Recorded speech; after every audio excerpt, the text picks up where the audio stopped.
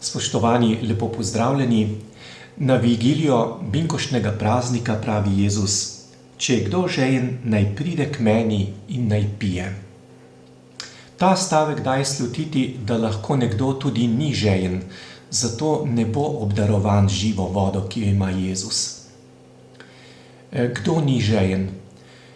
Tisti morda, ki mu je smisel življenja jedača in pijača, ki v kulturnem smislu ne potrebuje nič več kakor morda kakšen gostilniški pogovor in občasno ogled kakšnega erotičnega filma, ali tisti, ki v stiskah kliče vedeževalce, prebere horoskop in podobno.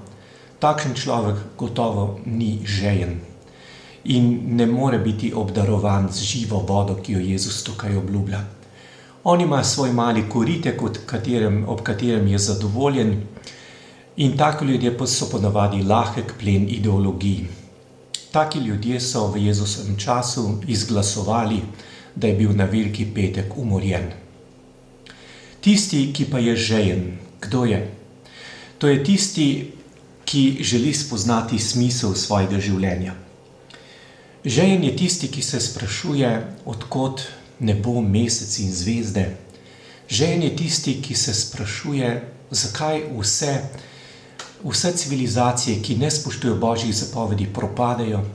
Žejen je tisti, ki hoče v življenju delati dobro, ki ne razmišlja, kako bi čim bolj užival, ampak kako bi v življenju naredil čim več dobrega.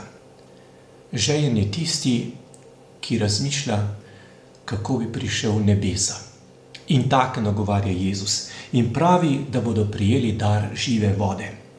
Prejeli bodo Svetega Duha, ki prinaša ljubezen, veselje, mir, potrpežljivost, blagost, dobrotljivost, zvestobo, krotkost in samoobvladanje. Želim vam blagoslovljen teden in lep pobinkoštni čas. Z Bogom.